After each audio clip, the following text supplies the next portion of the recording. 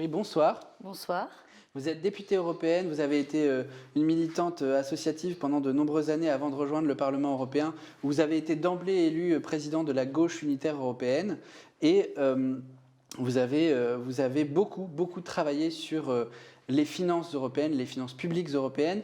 On est en plein dans une crise sanitaire évidemment, mais qui a des conséquences économiques et sociales terribles. Je rappelle ce chiffre, 56% des Français qui craignent que la crise du coronavirus puisse les faire tomber dans la pauvreté. Et on sait que c'est un piège extrêmement dur. Et que certains en sont déjà tombés dans la pauvreté ces derniers mois, absolument. Notamment en perdant leur emploi. Absolument, sans parler du pouvoir d'achat en tant que tel aussi, avec le chômage partiel. Alors, il y a quand même un plan de relance sur la table, un plan de relance qui fait 750 milliards d'euros, un plan de relance européen, j'entends, avec une déclinaison nationale.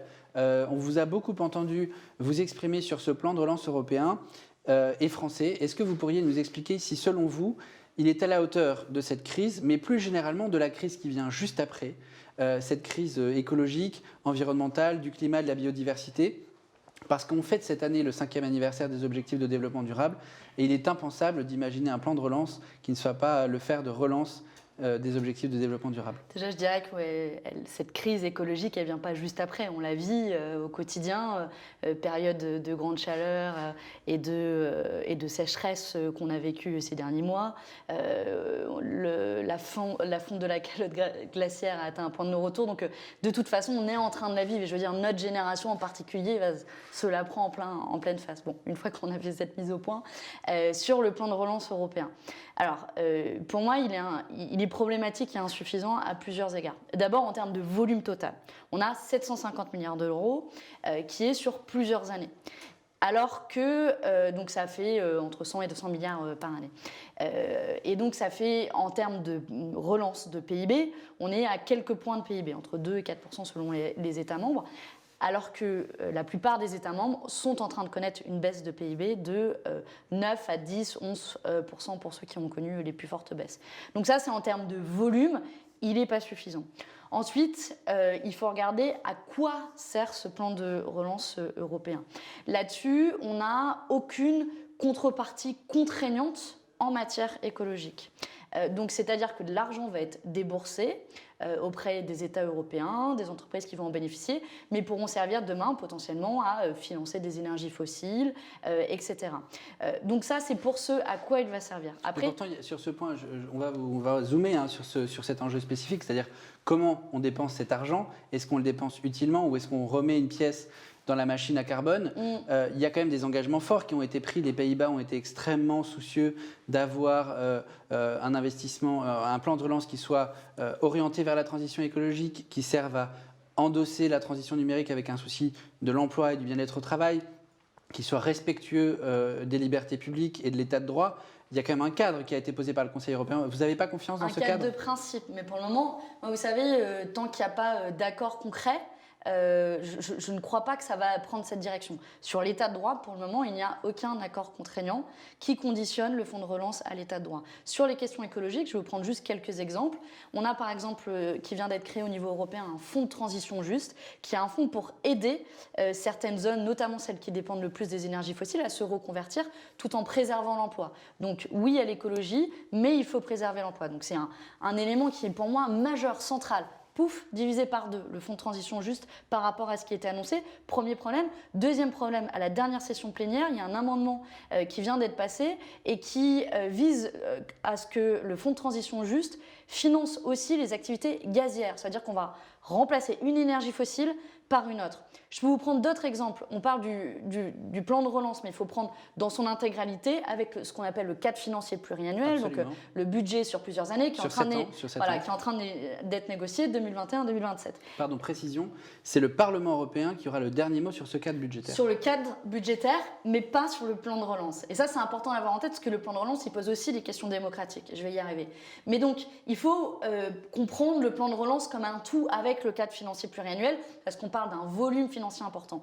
Sur le cadre financier pluriannuel, il va être de 20 milliards, la dernière proposition de 20 milliards moins important, et donc il a perdu 20 milliards par rapport au précédent cadre financier pluriannuel. Donc on perd de l'argent là-dessus. Et en même temps, c'est l'effet du Brexit. Et en même temps, oui, mais où est-ce qu'on perd de l'argent aussi particulièrement? Non, 20 milliards en prenant en compte la contribution du Brexit du Royaume-Uni sous stress. Pour être parfaitement clair pour ceux qui nous regardent, parce que c'est très important et il faut bien comprendre, on distingue le plan de relance du budget de l'Union européenne. Et là, vous dites que le budget de l'Union européenne qui est séparé, qui lui est contrôlé par le Parlement européen, en enlevant l'effet du Brexit, on a encore perdu 20 milliards de budget. Et donc, et ce qu'il faut regarder, vous allez me dire, il y a certains budgets, moi je pense qu'il y a certains budgets qui pourraient être coupés, qui sont moins prioritaires. Je pense au fonds de défense européen. Bon, ça c'est un débat autre qu'on pourrait avoir. Mais de facto, là, ce qui est coupé, je vous parlais du fonds de transition juste qui est financé pour le coup à la fois par le fonds de relance et par le cadre financier pluriannuel. Mais il y a la politique agricole commune qui est la première dépense européenne et qui se voit amputée notamment sur son deuxième pilier. C'est un peu technique, mais c'est ce qui sert à financer toute la transition climatique de notre modèle agricole.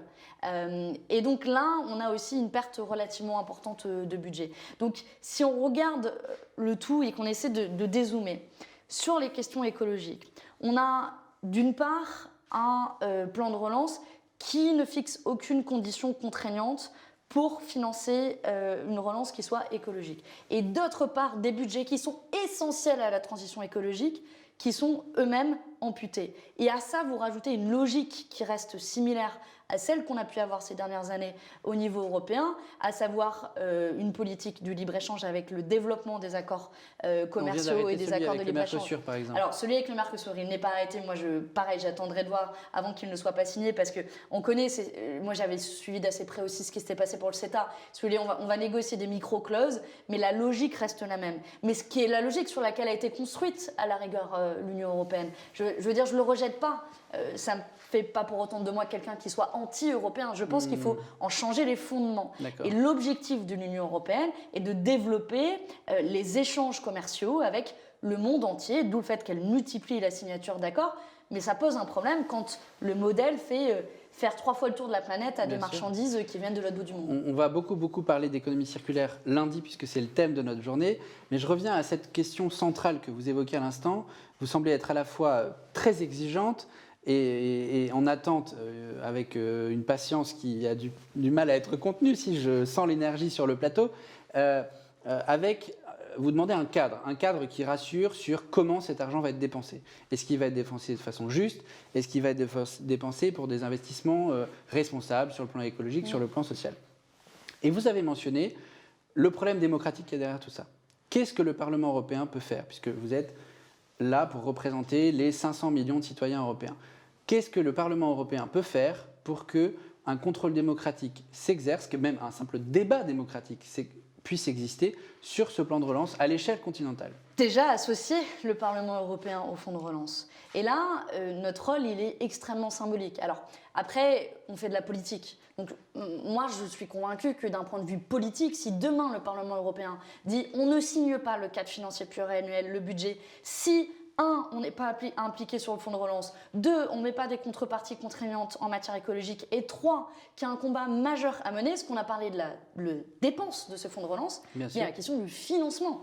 Oui. Ces 750 milliards d'euros, ils ne viennent pas comme ça. C'est l'argent que l'Union européenne va emprunter sur les marchés financiers. Je comprends. Se pose le coût de l'emprunt et se pose aussi la capacité de l'Union européenne à le rembourser. Et une des batailles que nous devons mener au Parlement européen, c'est celle des ressources propres pour donner les capacités à l'Union européenne via une taxe sur les transactions financières, via une taxe carbone aux frontières, etc. On pourrait toutes les lister, de rembourser cet argent, sinon ce sera aux États, donc aux citoyens de payer. On va zoomer sur ces ressources propres parce qu'effectivement, on n'emprunte pas de l'argent sans être prêt à le rembourser. La solvabilité européenne est essentielle. Mais avant d'en arriver là, vous avez dit à l'instant, il faut que le Parlement européen fasse de la politique au sens le plus pur et le plus simple et le plus noble du terme, c'est-à-dire engage un rapport de force avec le Conseil et la Commission pour dire on ne signe pas votre budget s'il n'y a pas des conditions très précises sur ce plan de relance. Très bien. On entend dans la majorité aujourd'hui en France au cours de ces rencontres du développement durable beaucoup de parlementaires qui disent la conditionnalité, c'est absolument essentiel, il faut que ce plan de relance soit un réel plan de transformation. Est-ce que vous avez, et là, dans une logique au Parlement européen, on est beaucoup moins partisans que sur des plateaux télé en France. Et vous le savez très bien, vous y êtes tout le temps, vous bâtissez des coalitions, vous êtes président de groupe.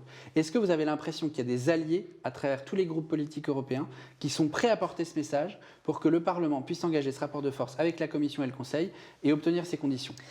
Honnêtement, j'ai la chance en tant que présidente de groupe d'assister à la conférence des présidents, donc qui réunit les différents présidents de groupe, qui sont des réunions régulières où on échange, y compris sur la stratégie politique, sur des choses qui nous unissent. Typiquement, sur la question des ressources propres, le Parlement oppose, je pense, un front qui n'est pas inintéressant quand même dans le débat européen à l'heure actuelle. Mais je sais très bien ce qui va se passer parce qu'on l'a déjà vu dans le passé et je suis lucide sur le rapport de force politique. Ce qu'il va se passer, c'est qu'il va y avoir donc, la prochaine réunion du Conseil.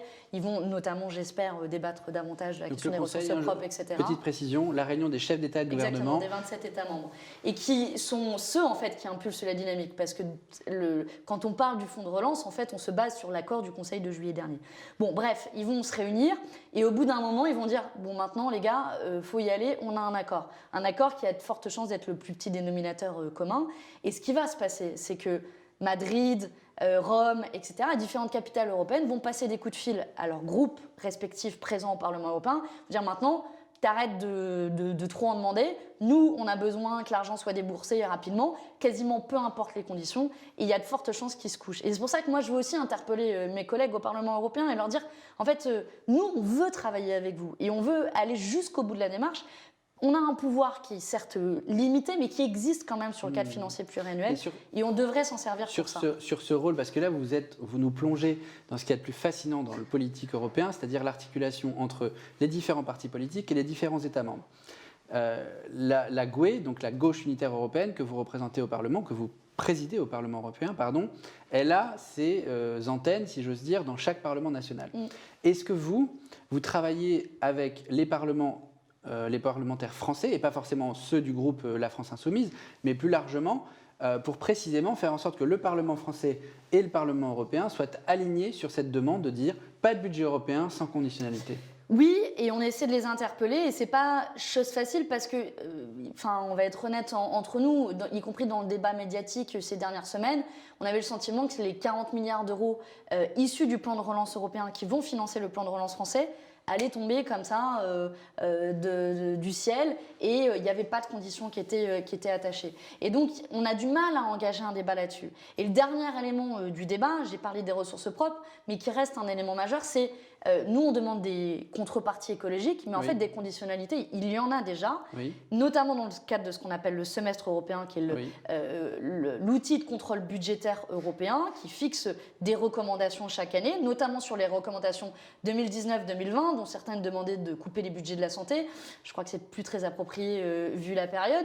Et on a vu Clément Beaune, donc secrétaire d'État aux Affaires européennes, donner une interview dans Ouest France il y a à peine quelques semaines, et qui dit que parmi les conditions demandées par la Commission européenne, il y a la réforme des retraites. Ce qui, de vous à moi, est assez maladroit de sa part de l'avoir avoué dans un média, mais le fait est qu'il a dit noir sur blanc le fait que la réforme des retraites fasse partie des conditions demandées par la Commission européenne pour que la France touche ces 40 milliards d'euros issus du plan de relance européen. Donc si on fait le portrait global de ce plan de relance, on a un enjeu démocratique sur le contrôle, on a un enjeu sur son financement avec les ressources propres, on a un enjeu sur les contreparties écologiques, et on a un enjeu sur les conditionnalités d'austérité qui ont été celles qui ont gouverné la politique économique européenne de ces dernières années. Vous avez employé cet adjectif tout à l'heure, la lucidité. Je crois que le portrait que vous avez dressé est absolument lucide. Mais question plus métaphysique, si vous me permettez, est-ce que quand on est en démocratie, pour gérer une crise de cette nature, la complexité de ce que vous venez de dire, ce n'est pas le job du politique d'essayer de la résoudre? Bien sûr, et c'est pour ça que nous faisons des propositions sur la table, des propositions y compris qui sont nuancées, équilibrées, sur lesquelles on est prêt à débattre. Alors parce sur que le c'est le contrôle débat démocratique, par exemple, qu'est-ce que vous proposez? Sur le contrôle démocratique, on pourrait imaginer par exemple qu'un certain nombre de critères aient été élaborés par le Parlement européen, qui est quand même une émanation la plus démocratique possible des différentes souverainetés nationales, et il élabore un certain nombre de critères.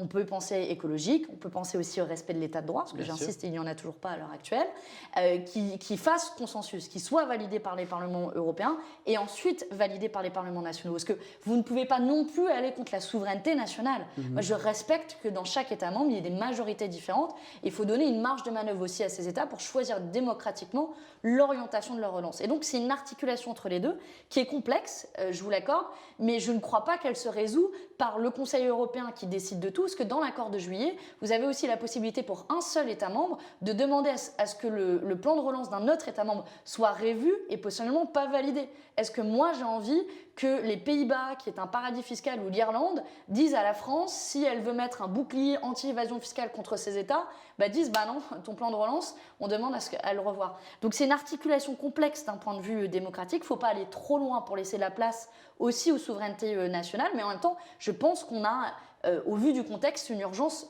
au moins sur les questions de l'état de droit et sur les questions écologiques. Manon Bry, j'ai encore 1001 questions à vous poser. J'aimerais que ça dure, et parce que le sujet est majeur et qu'ils sont rares, les parlementaires européens aussi calés que vous. Et pardon pour le compliment, c'est pas très médiatique, mais je pense que c'est important de le souligner, qu'ils connaissent à la fois les subtilités financières et le rôle que les marchés financiers vont jouer dans toute cette transition à la fois écologique, sociale et face à l'incertitude aussi que toute cette crise génère. Donc je suis obligé de clore cette session. On aura l'occasion, j'espère, de vous réinviter pour approfondir encore et peut-être trouver des contradicteurs aussi pour vous donner le change.